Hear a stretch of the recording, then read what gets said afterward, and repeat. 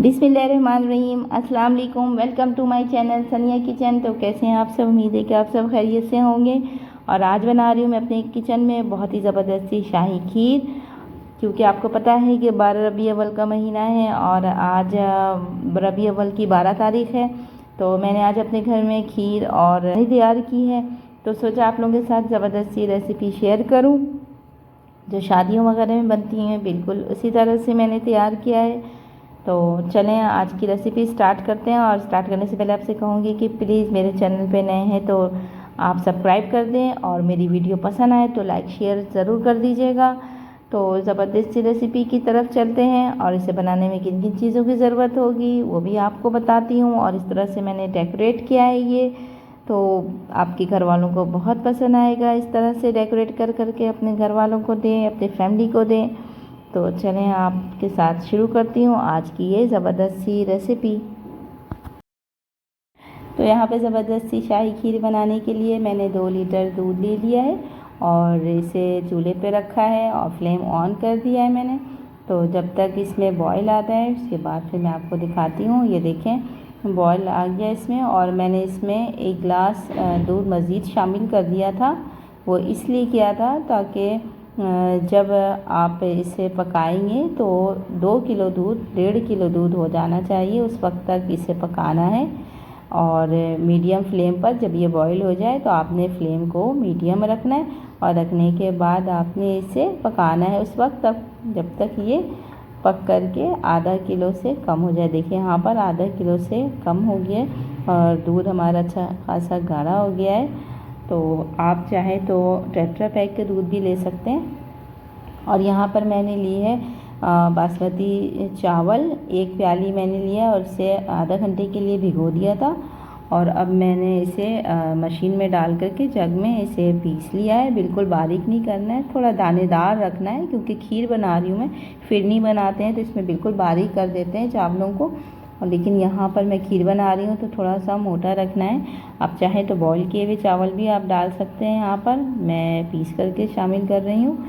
तो इसे मुस्तकिल अब मैं चलाती रहूँगी, क्योंकि अगर आपने इसे चलाया नहीं तो क्या होगा कि ये नीचे लगना शुरू हो जाएगा। तो इसलिए आपने मुस्तकिल इसे चलाते रहना है। और दूध क्योंकि मैंने इसे अच्छी तरह से बॉईल किया था तो ज़बरदस्त सी खुशबू आ रही थी या दूध के अंदर से। और आप चाहें तो इसमें इसी वक्त जो है छोटी इलायची शामिल कर दें। मैं छोटी इलायची का पाउडर शामिल कर रही हूँ।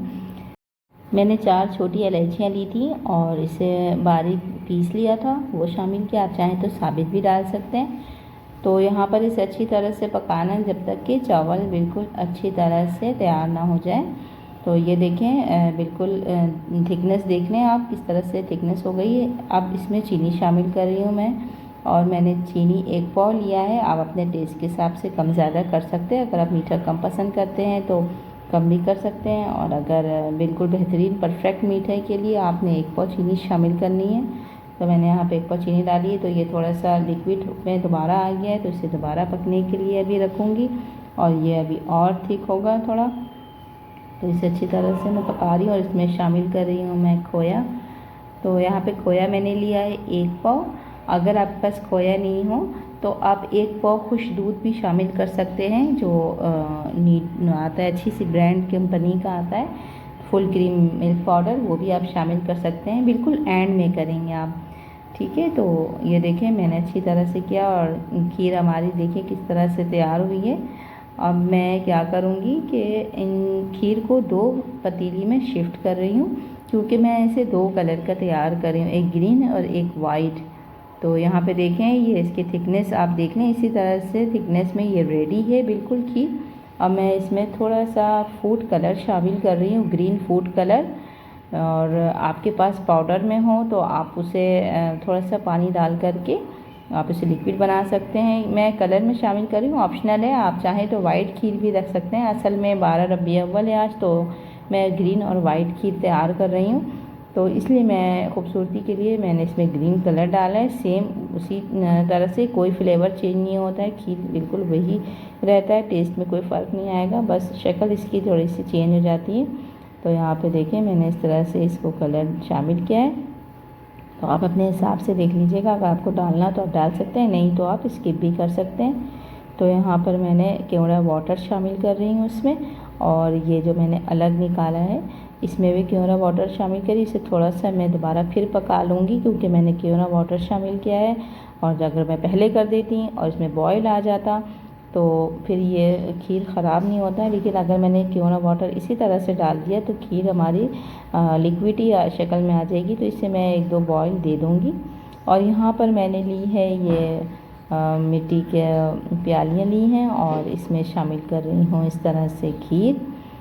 तो ये देखें बहुत खूबसूरत लगता है इस तरह से सर्विंग के लिए। किसी मेहमान आ रहे हो घर में या आपने देना है नेबर में अपने, तो इस तरह से आप दें तो बहुत खूबसूरत लुक लगती है।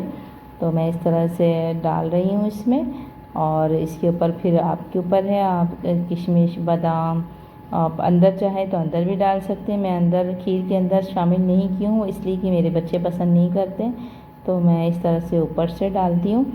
और जिनको खाना है वो खाएं, जिनको नहीं खाना है वो नहीं खाएं। तो मेरे बच्चे पसंद नहीं करते हैं तो इस तरह से मैं अंदर नहीं डाली हूँ। और इस तरह से मैंने ऊपर में खूबसूरती के लिए मैंने किशमिश बादाम पिस्ता और खोया मैंने ऊपर शामिल कर दिया, और ये इस तरह से रेडी कर लिया मैंने। और अब मैं वाइट वाली जो है उसकी तैयारी करती हूँ।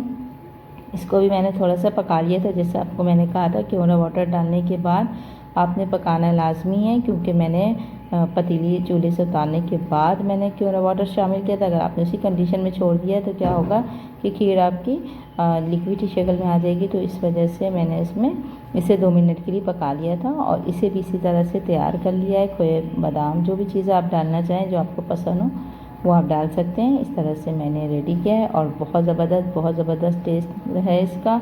आप जब बनाएंगे तो ज़ाहिर है आप जिसको भी खिलाएंगे उन्हें वो आपको तारीफ़ किए बगैर नहीं रहेंगी, क्योंकि बहुत ज़बरदस्त खीर तैयार हुई है।